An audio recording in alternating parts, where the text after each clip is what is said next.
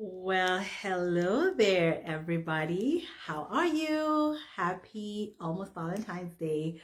My name is Charity Wambui Kavanaugh, and I am a love coach.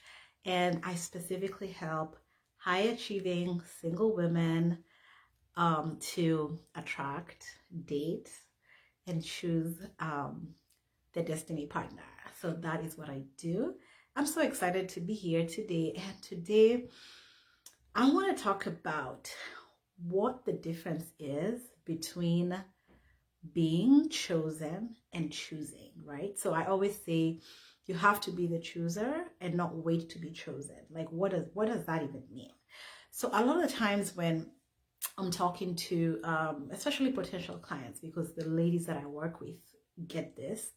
One of the things one of the things that the ladies ask me is, well, do you expect me to go around like looking for men? Do you expect me to, to just be like kind of looking for men? Like, what does that mean? And there's always this face of shock when I say you need to be the one choosing and not chosen. So I want to just break it down so clearly what that means. Okay. So, and of course, I want to, of course, speak specifically to the women of faith, but a lot of women also have this mindset. So, what this means is that if you think about it very practically, right? If you have, I don't know how many of you used to play with marbles when you were young, right? So if you have a group of marbles, there's always like if you have like a pack of marbles, and marbles have like different colors. So you may have a pack of 20, 30, 50. Like your eyes will always gravitate towards like the one that's most beautiful, right? Um, and you'll tend to pick it up. I'm talking about like maybe when you're a kid, or even generally, or anything for that matter, right? Like if you're going dress shopping, you have an event, a Valentine's event, and you really want to look cute. You want to go and buy let's say a red dress, and you go shopping. Like you're going to want to literally like try on many dresses. It's very rare that you just go and have a straight shoot and it's the dress and it's the one and it's the one that works and it's the one that's ideal. Um, so I give this as an example to say, in everything in we do in our lives, we take our time to ensure and to select that what we want is actually the best thing. But not so when it comes to love, right? And what we tend to do, what happens for most women is when it comes to love and dating and finding love, somehow, somewhere, the idea that you should choose amongst options was never taught to us. It was never really taught to us. It's not taught in the church. A lot of times, that was my case. Sometimes our well-meaning mothers and parents, want to keep us away from boys, especially if you grew up, in a very strict upbringing, as most African and parents and African descent parents, right? Parents of African descent, you are not really encouraged to like go out and socialize with boys. So what tends to happen is that we grow, we kind of get into adulthood with this idea that the person, the person that we're supposed to be with is somehow just gonna come into our lives, and that's, we're gonna connect. But what happens is that you're not choosing, right? You don't have options. You've not put yourself in a place where you have options. And having options is as simple as this. It's as simple as learning how to have healthy dating skills, where you learn how to connect with men, first in a social environment before it even, it translates to a romantic one. And when you're having like a healthy social relationship, where you go out on dates and you're just connecting with these people, then now you're able to have an influx of men that you can start to get to know.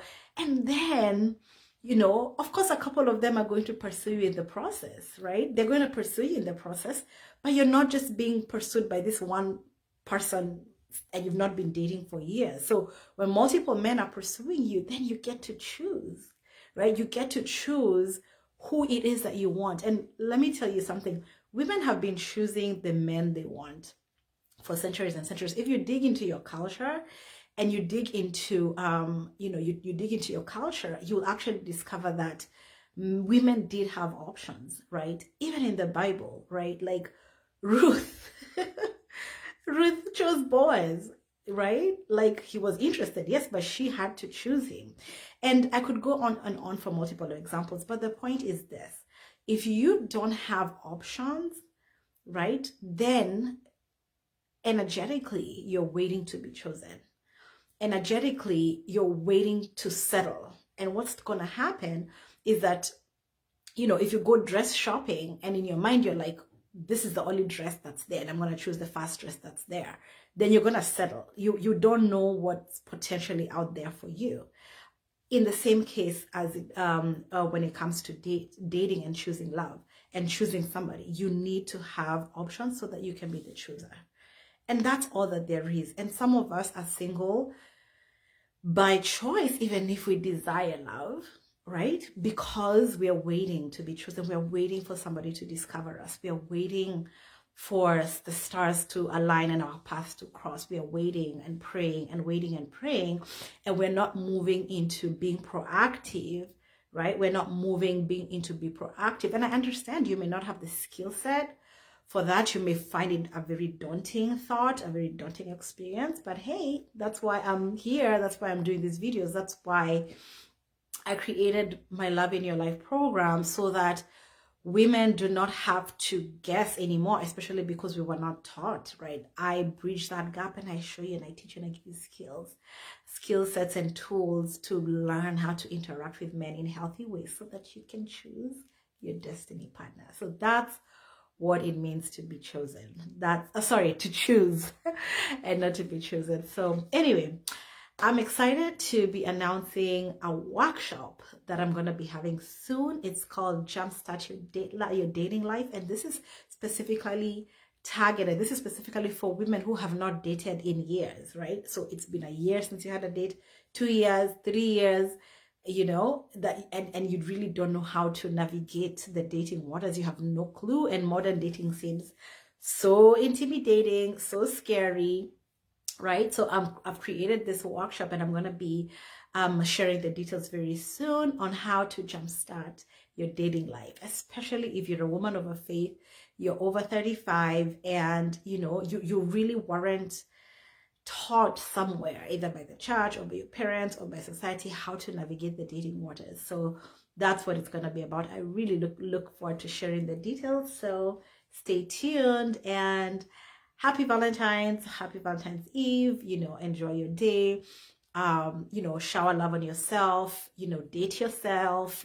Go out with some friends. Don't just stick around the house kind of feeling blue or just evading. Like, you be the future date that you would like a man to treat you and to love on you, either with friends or like with by yourself. All right, talk soon, and stay tuned for these details. Thanks for listening.